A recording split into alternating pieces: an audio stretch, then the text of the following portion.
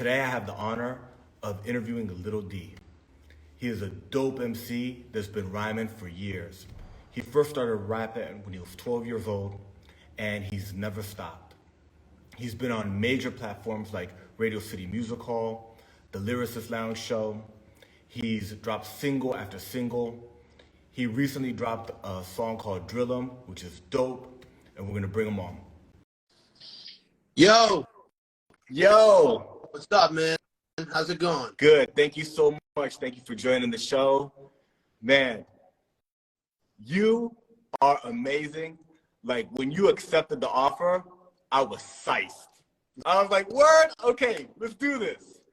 I'm glad, bro. Yeah, no, I always like doing interviews, man, to talk about music and stuff. Yeah. It's all good. I've been following you for years. You have a very kind of like recorded story. You know what I mean? Like, you started really young and you started posting videos of you rapping, and at a very young age, you had such a high skill level that everybody took notice, and you were on your grind early. I remember early on, you had people like Big Daddy Kane, Vinnie Paz, everybody reposting you, Nems. Can you talk to us about, your musical journey, like how you first started getting into hip hop, and then up until that point when you just started getting really active on social media? I always loved rap, man.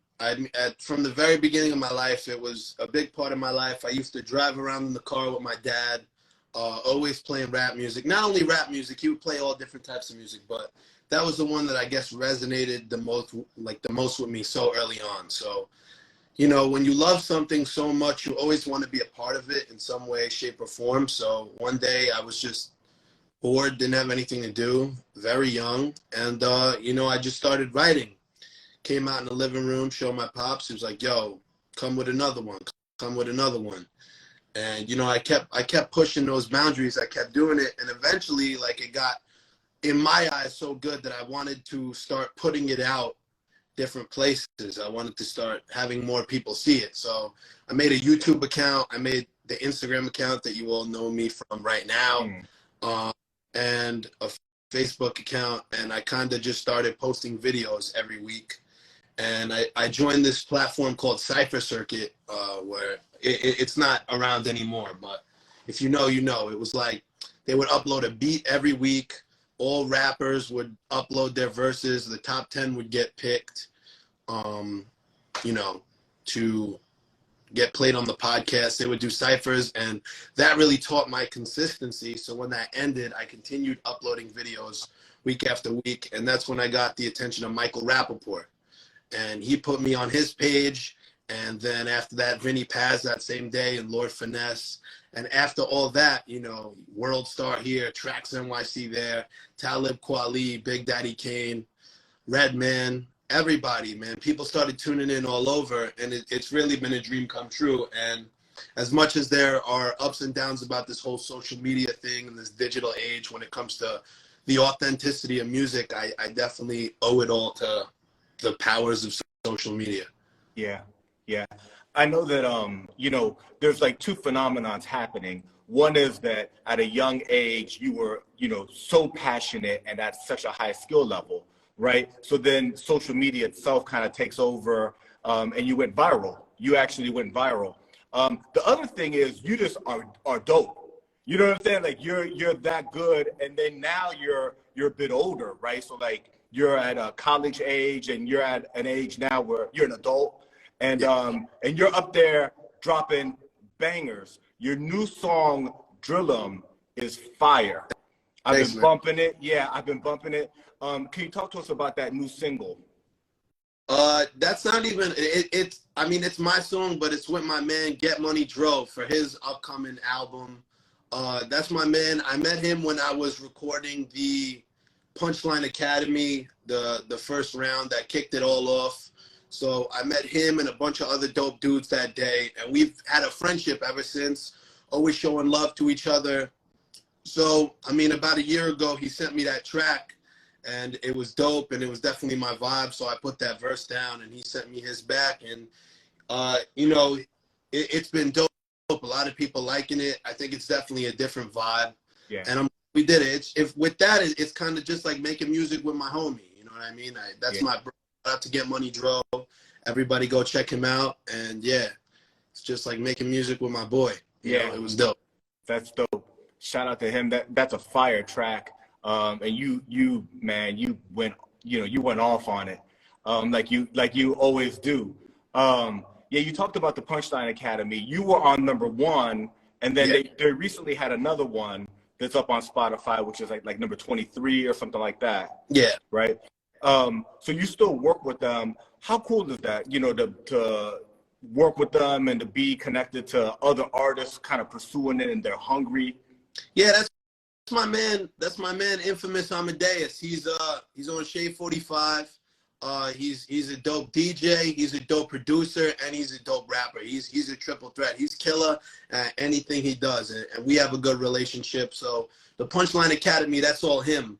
And you know, I've got to connect with a lot of artists through it. I was on the first one back in summer 21, long time ago, and it kind of kicked things off. And I just recently came back. It was for this Culture Week thing, and we rapped over a live band. Me, Snipe Life, who was also on the first one, and Petty Wap, who's dope. Anybody who doesn't know Petty Wap, check her out. And Snipe Life is dope too.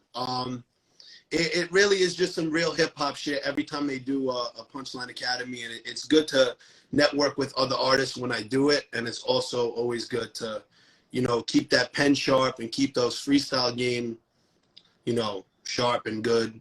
And it's always love. I'll probably do another one again sometime in the future when it fits into the schedule. But always love to Infamous, always love to the Punchline Academy. It's always good. Yeah, shout out Punchline Academy. Yeah, I listened to it, and they've got the live band playing New York State of Mind. That's dope. Was that your first time rapping with a live band? Yeah, live on stage, yeah. I mean, I've gone into like practice rooms and done it for shits and giggles before, but live on stage, you know, in front of a crowd, that's my first time. And I'll be honest, it's really a different experience. Like, I always wanted that. I always see, like, you'll see an artist like Roddy Ricch, who is not like super boom bap or like lyrical hip hop, and is a part of this whole new wave of rappers, but you'll see him live on stage at a concert with a live band, and it adds a whole different element to live music. You know, I think that's why it's so dope when rappers and anybody performs with live bands. I definitely want to do that more. Yeah, that's cool, man. You're from Coney Island, Brooklyn, New York. You put on for Coney Island. There's rappers coming out of Coney Island now, and very early on, Nems, who's from Coney Island, also took you under his wing. Can you talk to us about Coney Island, what it was like growing up there and coming out of Coney Island as one of the, you know, MCs that's really putting it on the map? Yeah, I mean, Nems was always the rapper from Coney Island. You know, like, he was the rapper from the neighborhood. So to have him take me under his wing so early on, you know, not only was it a dream come true because I was a fan of his music, but definitely helped me get my foot in the door. Like at my first Bushwick Collective, he got me a lot of different connections and just helped me out a lot. So shout out to Nems, you know, that's the homie. He's taking over the world right now. I hope he's doing well. And yeah, so that helped. And growing up in Coney Island, like Coney Island didn't have like a crazy breakout artist like Biggie or Jay-Z. Like, Coney Island's known for the Rides, Nathans, the basketball players like Telfair and Starberry, Lance Stevenson. You know, they even did the movie He Got Game out here because, like, we're known for the ballers, but we all wanted to kind of be the first rapper from Coney Island. And to me, Nems is that, but I want to just add a resume to Coney Island. I always did. That's why I always rap Coney in my verses, you know, Coney, Montana, Coney Island, this, that. Like, my next project that's actually dropping on this Friday is called Escape from Coney Island. Make sure you check that out. And it's really just, growing up here made me want to put on for the neighborhood because there was no big breakout rapper that came from here. Yeah, you're doing a great job of it, man. You know, a lot of people, use the term legend, and on this show, I talk to a lot of legends. I can honestly, in fact, humbly say you're a legend in the making at a minimum. You know what I'm saying? You've got a resume that if you were like 30 and it was just your resume, you'd be dope. The fact that you started so young and that you've done so much, I mean, sky's the limit, and we're all cheering for you.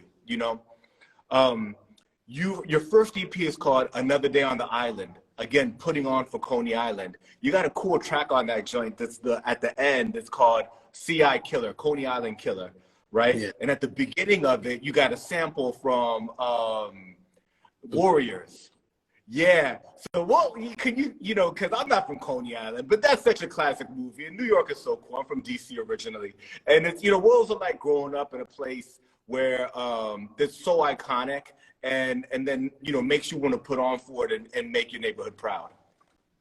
I mean, like just starting off with the Warriors, like being from here, I just want to say, like, when I was a kid, and you couldn't watch certain movies and shit, like, me and my friends, we were waiting to watch the Warriors. We were waiting to hit that age where we could watch the Warriors. It was like it's like being tall enough to ride the Cyclone.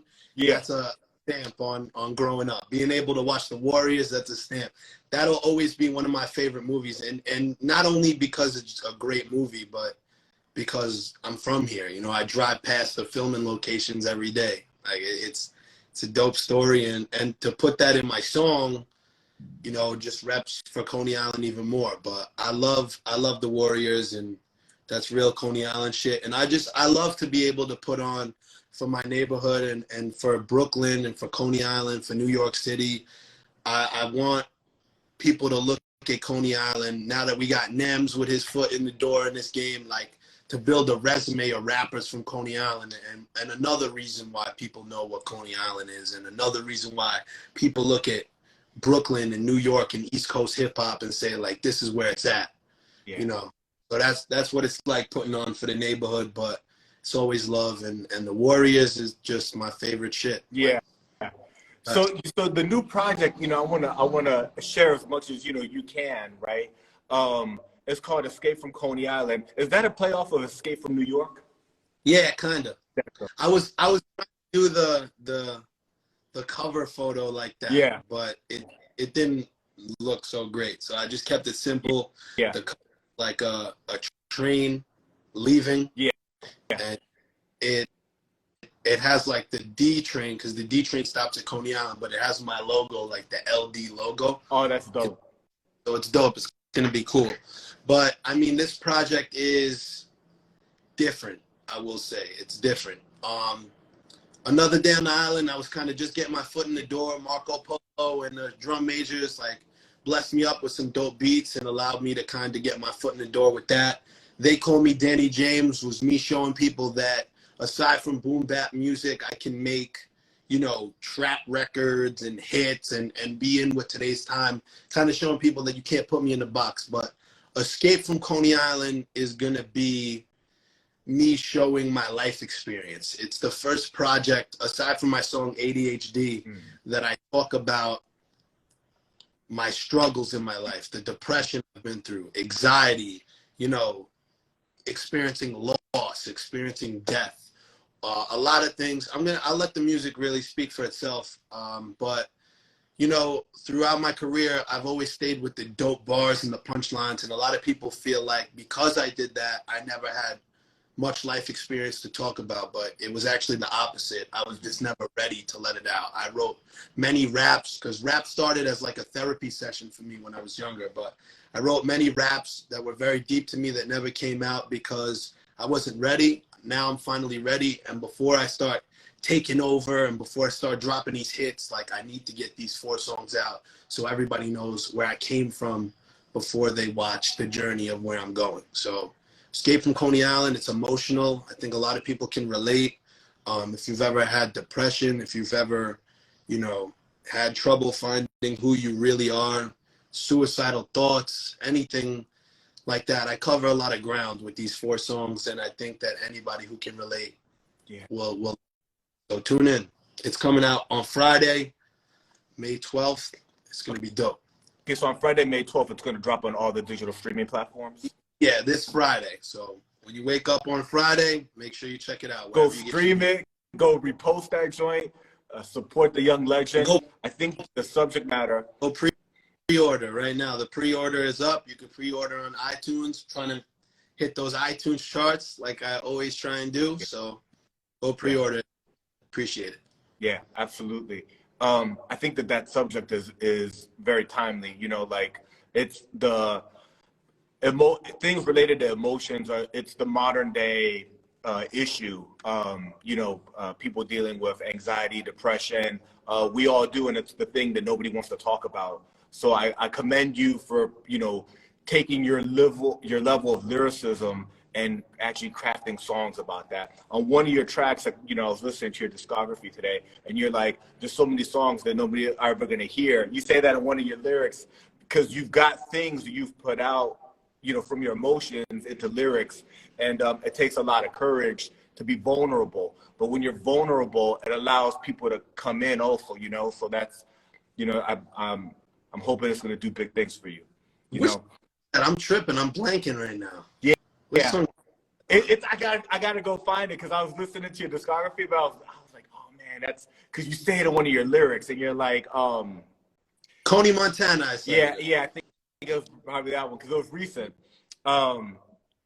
You're in college now, and I actually just submitted my last essay last night, so I just finished my freshman year.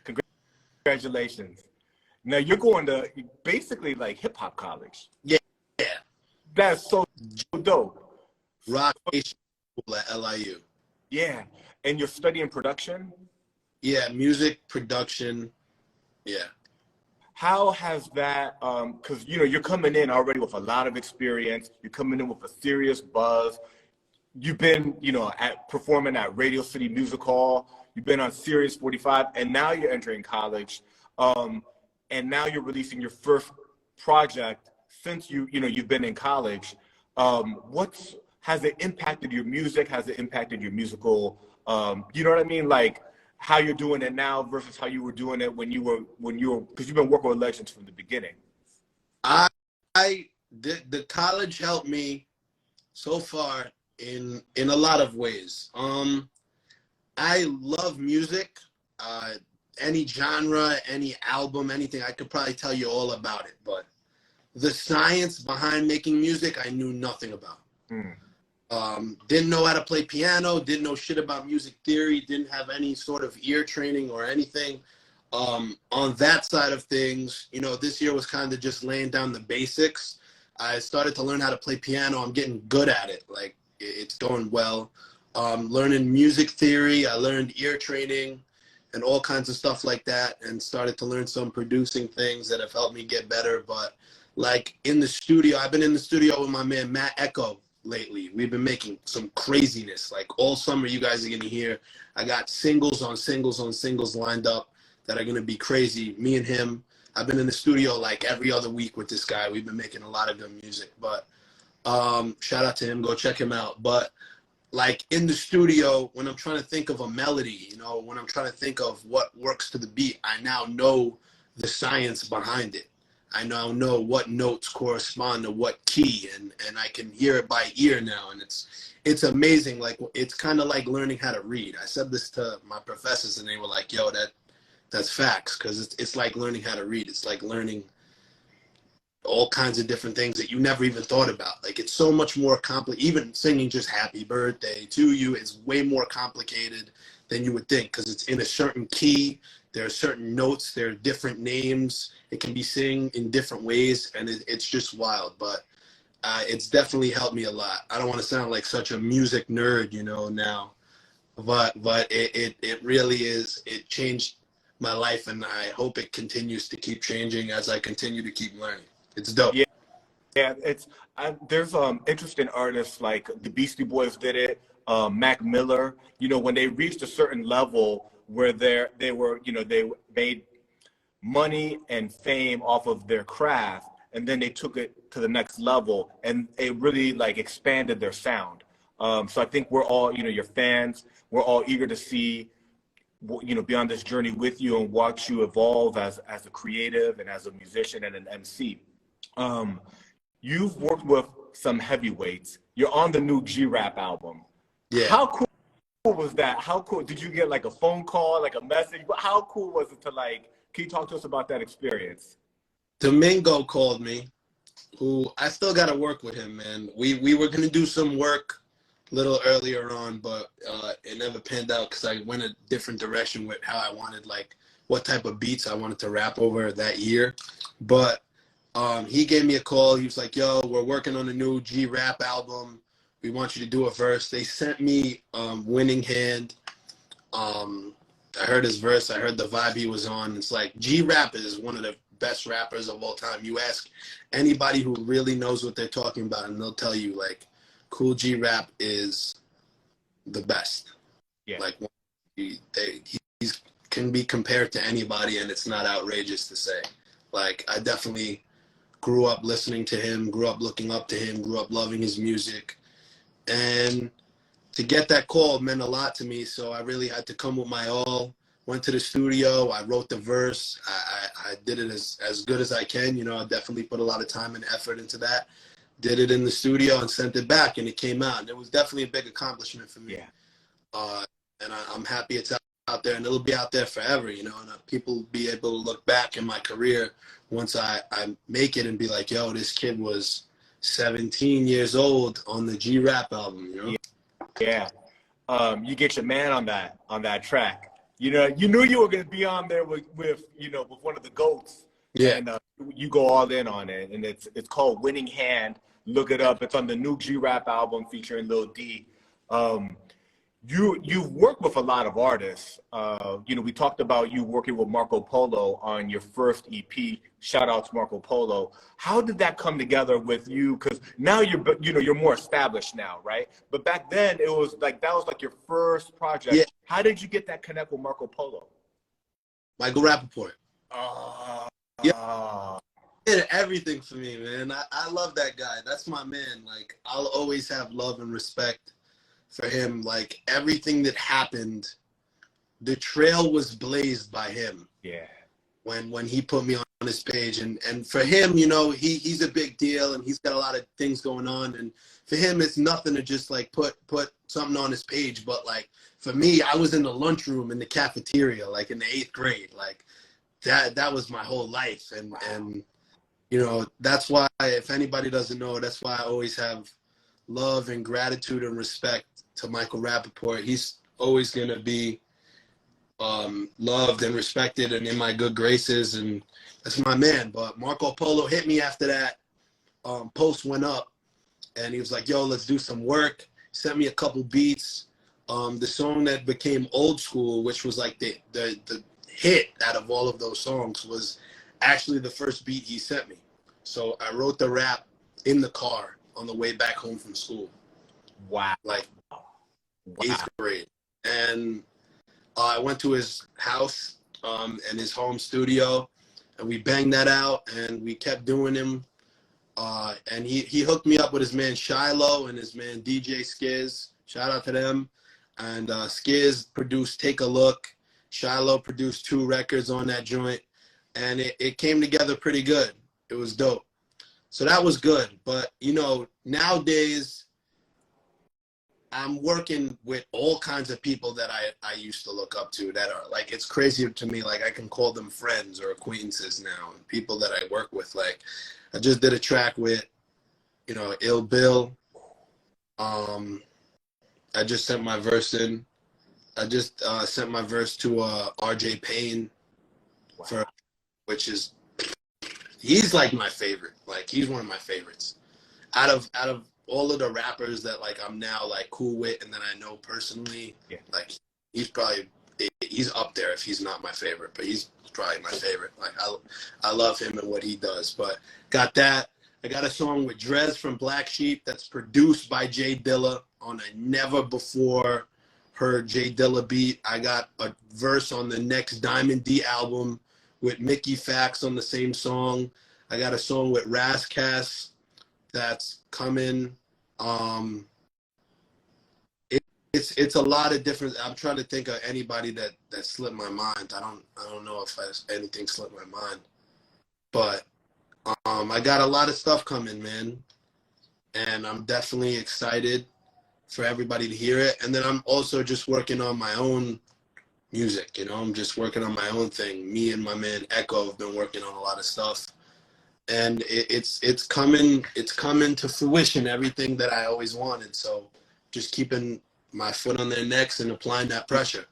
It's going to be a dope summer for you. You just named a list of legends, basically, lyrical legends at that also, right? I mean, these are heavyweight hitters in the rhyme game who've reached out and want to work with you because they see your skill level, they see the passion. Frankly, they see your star rising. You announced also that you're dropping a new project this Friday. And additionally, you're going to be releasing other music that you've been working with your man, Matt Echo. I mean, this is going to be an amazing, amazing summer for you. We're all excited. Yeah, it's going to be hype. And you got to take advantage of it because you're in school when the semester starts too. You're like, I'm going to get it in this summer. I'm going to get it in as a rapper this summer. I'm going to get it in as a teenager this summer too. Yeah. Playing back. Like last summer, I was home all summer, man. I had a broken jaw. I was not doing shit. With the broken jaw, I still performed the SOBs live, but I had to make the most of it. But this summer, I'm doubling up. Right, we making up for the time lost. Yeah, hell yeah. And with college, it's crazy because like it's not like high school. You don't just get like 2 months off. I have a whole 4 months off. Yeah. I'm chilling. Like I'm so much time to accomplish so much and have a lot of fun in the meantime, Dope. That's dope. The SOB show, was that the Lyricist Lounge? No, this one was Sean Price anniversary show that Duck Down was doing. And I came through and I performed my song Dream live with a wired jaw. But I also performed at SOBs when I was younger. I was 14. I'm the youngest rapper to ever perform at the Lyricist Lounge. I think I have Foxy Brown beat by like a couple months. Wow. So, yeah, but I performed there and I opened up for Benny the Butcher and Talib Kweli. And that day was crazy because, before the show, I sat downstairs at SOB with Benny the Butcher, who's like the homie now, shout out to Benny. And he sat with me and gave me advice for an hour, put me up on game, dropped mad gems. And this is right before him and Griselda really they were popping, but now they popped off. At top of the world. They took over the world doing tracks with solidified legends. They're solidified legends. And, I don't know Westside Gunn or Conway personally, but definitely a lot of love and respect to them. Definitely fans of them. But, yeah, I'm definitely a fan. But Benny really showed a lot of love. And he's my favorite out of Griselda. And I really think he puts on. He goes crazy every time he steps on the track. And to put me up on game like that, he even said to me that day, yo, if it don't happen for me now, it's never going to happen. And it happened. So I'm definitely happy for him. And I got to make a connection with Talib Kweli that day, which was great. And that's the homie now, too. So, yeah, legend. Great. And Benny the Butcher's on fire right now. What a cool experience. So you just recently performed at SOBs when you had your jaw wire shut and performed Dream, which is a dope track. It uses the sample that was used on the Wu-Tang classic Cream, but you flipped it and made like a boom trap, type of beat to it. Can you talk to us about working with that producer, that song? Jalil Beats, holla at me, man. Yeah.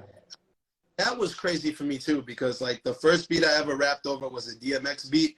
And the second beat I ever rapped over was Monster by Meek Mill that was produced by Jalil Beats. Wow. That shit is crazy to me that I got to work with him. And he's so big. He's covered so many different sides of hip-hop. He produced some of Meek Mill's biggest hits, Bobby Shmurda's biggest hit. He's been over, he's such a recognizable name. And that tag, the Jalil Beats, holla at me, that's such a recognizable tag. In school, me and my friends would be at the lunch table just saying that shit. was just a thing. That was And cool. he followed me on the gram, and he sent me like a whole 100 pack of beats, like a pack of 100 beats. He said, choose something and let's rock. So I heard that one, and they were all dope, but that one stood out to me because that shit is like, Yeah. it crossed boundaries. So I did that, and it definitely is dope. Yeah, I mean, there's something about like, you know, like an iconic sample, right? And how it's like you immediately recognize it. So when I heard that track and I was like, oh, this is using Cream, and then the way you flipped it, and then the way they did the drums, I mean, it's dope. You recently had another joint called Gangsta Boogie, which also sampled Hello. LL Cool J's Mama Said Knock You Out, right? So that's dope too. You know what I mean? And how you guys did that. Yeah. That was Yeah. Shout out to Tommy. Yeah. He's dropping his album soon. That's for his album, but we did that song together. In the coolest part about that wasn't even flipping the LL sample, but in the music video I actually redo LL's scene from Crush Groove, where he walks in with the boom box and they go, yo, no more auditions today, and I'm like, box. Like, that's one of my favorite scenes. I always wanted to redo that, and it was the perfect song to do it. So I'm glad that we got to do that. I'm just all about paying love and homage to all the legends that came before me. I feel like that's really missing in hip hop. You know, even in like rock music, even the new artists will always respect the old artists and show love, and that's why artists like Bruce Springsteen and Billy Joel can still sell out the Garden. Yeah. But I'll always pay love and homage to the legends as I continue to go on, because for rappers that listen to me or kids growing up that listen to me that aren't familiar with a Eric B and Rakim, or aren't familiar with, you know, a Big Daddy Kane or a LL Cool J or a Run DMC, Beastie Boys, Third Base, and rappers even that came later on like Mobb Deep and Wu-Tang, because as time goes on, you know, things start to fade, and I don't ever want it to fade. It'll never fade for me. My kids will be listening to it. Their grandkids will be listening to it. It'll live forever with me. But I'm all about showing love. That's why I flip Cream. That's why I flip the LL tracks, and you know, I'll continue to always name drop and show love, and that's what I'm about. It's me. Yeah. Yeah. No, you're definitely a student of the culture. It seems like you live, eat, and sleep hip hop, you know, and it comes out in your music. Yeah. You know, you're a heavyweight rhymer, and you know, I think it's what people talk about a lot. You know, at such a young age, you've reached such a high level. But it's not just because it happened. Like, you're up in there truly studying the greats and understanding hip hop history and connecting all the dots. You know, you had the opportunity to be on stage with an icon, a name that's recognized all over the world at Radio City Music Hall at a young age when Vanilla Ice brought you on stage. Can you talk to us about that experience? That whole day was crazy, man. Performing at Radio City Music Hall was crazy. That was great.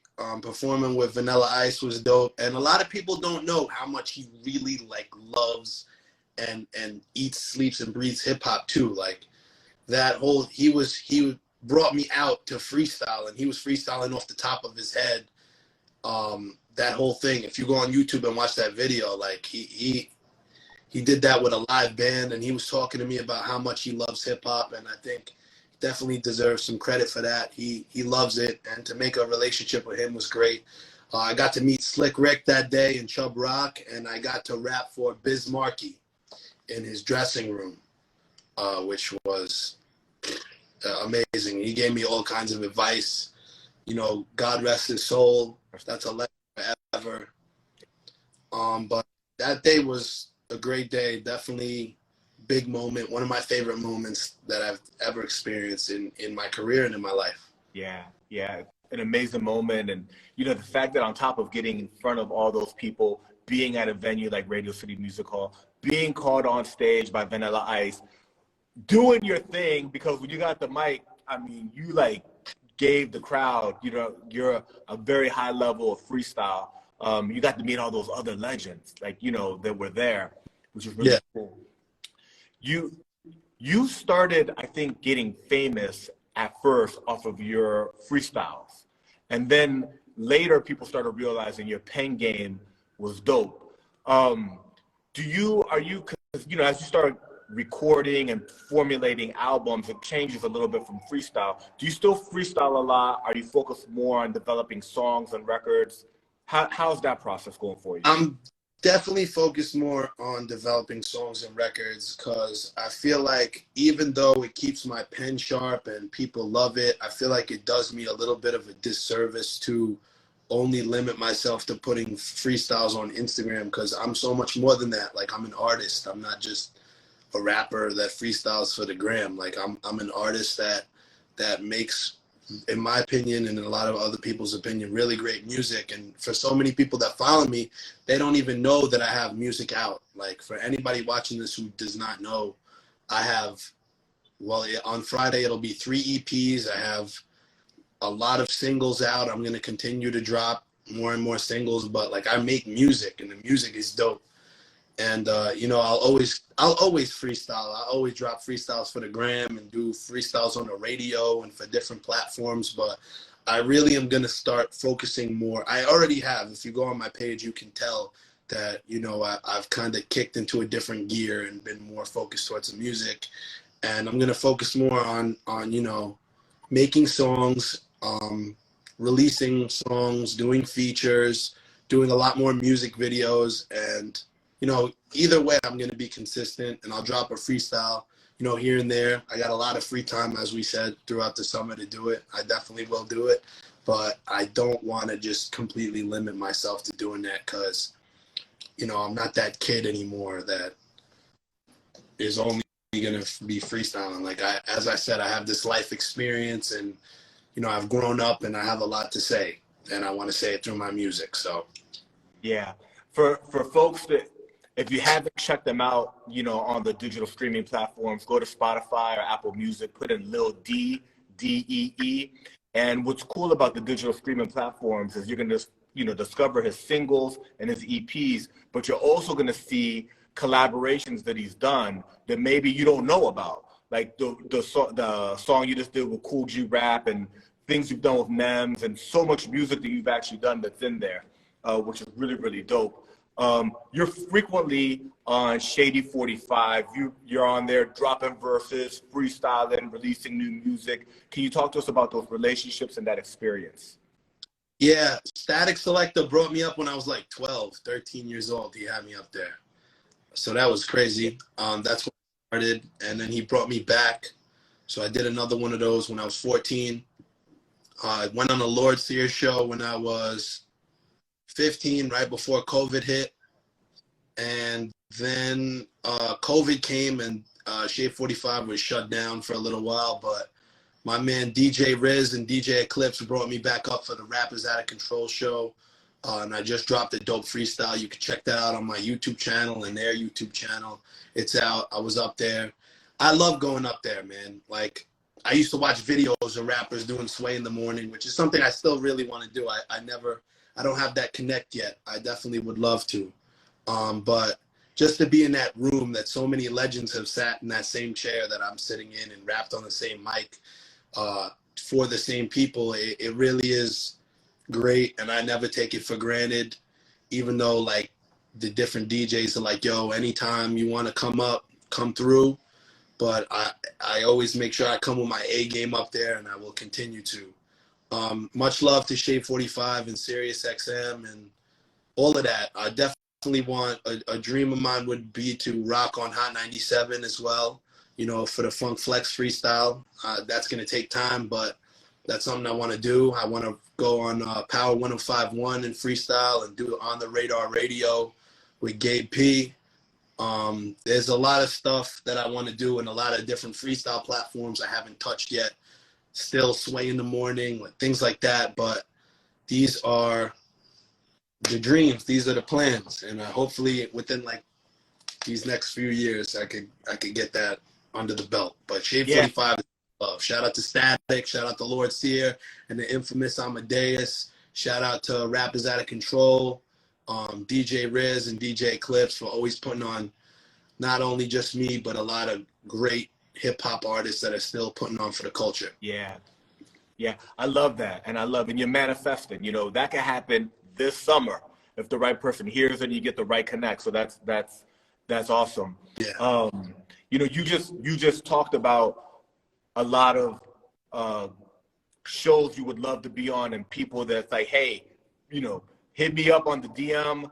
I'll make it happen. You always bring your A game. I've never seen or heard a song where you're not killing it. And, hats off to you on that. You've worked with a long list of legends, with people, even people you haven't worked with. You've met so many people that have given you game and really been there, and hip hop's cheering for you. Is there a producer, is there a rapper or rappers that you haven't had a chance to work with yet, but that you'd love to? Everybody, man. Work with everybody that's got their foot in the door. I mean, I guess if I had to say, like, who I would want to work with that's, like, at this moment, like, doesn't seem so super impossible, I would say I definitely want to do a song with DJ Premier, which would be great. I mean, he's produced, like, almost all my favorite hip-hop songs that I've ever. I love him. I would love to work with DJ Premier. Would love to work with Just Blaze. That would be amazing. He's one of my favorite producers of all time. I would love to do a song with Nas one day. That's one of my favorite rappers ever, and he's still killing it. I'd love to do a track with Hit Boy. Trying to think. I mean, there's so many good guys out there that are so dope. I think, doing a track with, like, Millie's would be dope. Benny the Butcher, that's the homie, but to link up on a track with him one day would be really good. Obviously Kanye, Jay-Z, Eminem, Drake, Lil Wayne, that goes without being said. Swizz Beatz, Timbaland, all the greats. But I'm trying to say the names that don't seem so super far out of reach at this point in my career right now, where I'm standing from my point of view right now. Method Man would be dope. He's my favorite. Any of the guys from the Wu-Tang Clan would be great. To do a track with Havoc, that's the homie. Shout out to Havoc. But to one day actually do something with Havoc would be really cool. And yeah, I mean, I'm sure I'm leaving out all kinds of people, but at the same time, I'm not limited to working with only rap artists. Like, I would want to work with, singers. I would like to cross genres and try different things with different people. I'd love to, like, work with Bruno Mars and Adele and people like that, Yeah.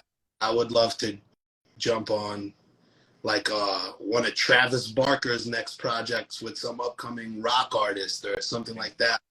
I'm really not limited to anything. I love so much music. There's so many different types of music that have a hold on me, and so many different types of things that I listen to, things that are today, things that are yesterday, and things that will blow up tomorrow. It's just, it's a spectrum for me, and I would love to work with my favorite rap artists, but I would also love to break the genres and even, like, the new school guys. I would love to work with A Boogie with the Hoodie.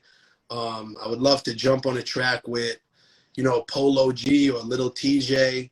I'm a big fan of these guys. Roddy Ricch, like, these guys are really cool. They're making, different type of hip hop, yeah.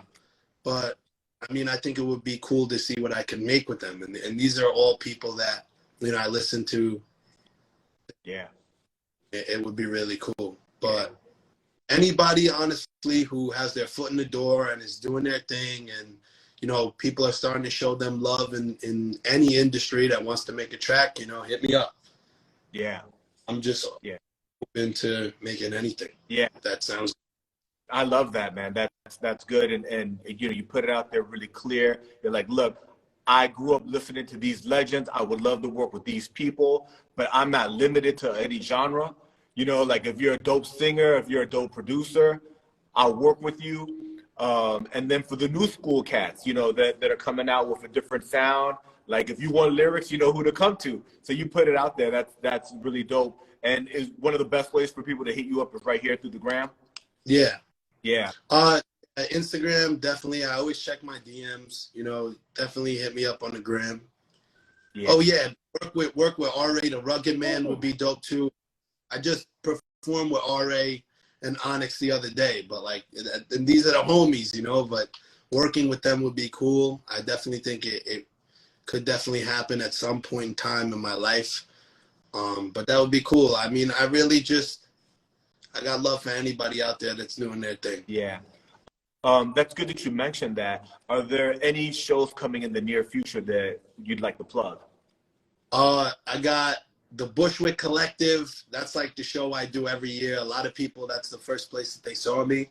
Um, you know, I perform there every year. This year I got something special ready. So the Bushwick Collective on June 3rd, the Bushwick Collective Warehouse Party on June 1st. I'm rocking too.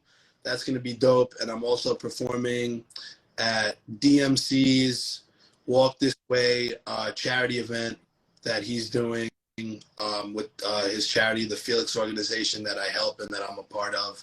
So that's going to be dope. But those are the shows coming up in the future. But I'm really stressing anybody out there that's in uh, New York City on June 3rd, come to the Bushwick Collective and see me rock live. It's my favorite show I do every year, and I'm coming crazy this year.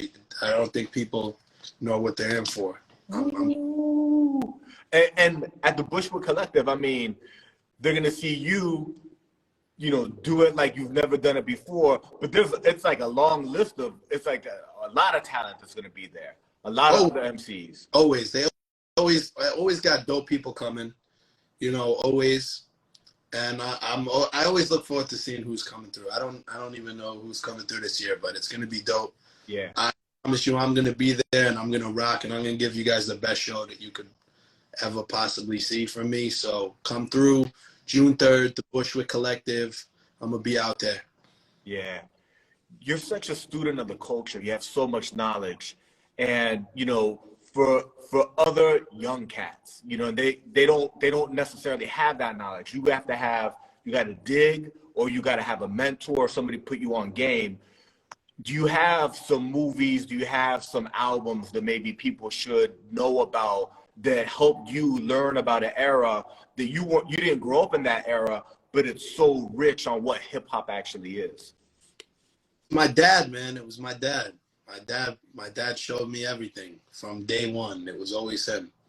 He showed me every different type of music and cultured me very well when it came to movies and music, and that's why my knowledge of things is so far back from when I was even born. Like I know a lot of stuff that came before me, and I even prefer some of it. Like, I mean, as far as hip hop goes, if you're an up and coming rapper and you want to learn how to really actually rap, not like rap, like actually do some real rapping and learn how to really be a lyricist and make punchlines and set yourself apart. I mean, Illmatic, Wu-Tang, Enter the 36 Chambers, any Mobb Deep album, you can take your pick. Anything at the beginning of Nas's career, early Eminem, early Jay-Z, early Kanye, all of it. Go through the night. Big L. I can't believe that wasn't the first thing I said. The Big Picture by Big L. Capital Punishment by Big Pun. Like, these are the classic, like, if you're in school and you're learning a subject, they're going to make you read Shakespeare because that's the GOAT. You know what I mean? Like, I really, but because I'm not like that, but sure that people who are taking up an interest in English language, Shakespeare is like, they read Shakespeare shit and read it like we listen to Jay-Z and go, right. You know what I'm saying? So, like, if you're going to learn something, you really have to learn it, and you have to go back and you have to go through the great works of it. And that's really a lot of the stuff in the 90s and the early 2000s and the 80s too, Run DMC, Eric B. and Rakim, LL Cool J, all of this stuff. Like, you have to do your studying, and that's what I did. and then you just move on, you move through. You know, you could even study guys from today, Kendrick Lamar and J. Cole, and Drake too. Yeah. Study too, man. Drake has a lot of talent. And in today's time, it's better to kind of be like Drake, where you can rap, rap, and you can trap rap, and you can sing rap, and you can just sing. And like Drake is so successful because he can go through any genre. He can fit on anything. And when you're studying on how to get your versatility better, Drake. Yeah. Yeah. Yeah. Oh man, thank you for putting us all on game. Have you ever heard the Master Ace album, Disposable Arts? Yeah. Yeah, when you were talking, you know, when I saw, I was, you know, learning about Rock Nation program, and I thought about that album by Master Ace, Disposable Arts, how it was like hip hop college, and you're kind of in a program like that.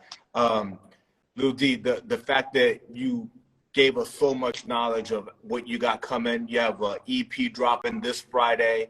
You're going to be dropping a lot of singles, and you basically gave us a list of who's who of collaborations that you've already done, and those things are, you know, going to be coming in the very near future. Thank you for sharing all that with us. You're performing at the Bushwood Collective on June 3rd, and this summer is going to be dope.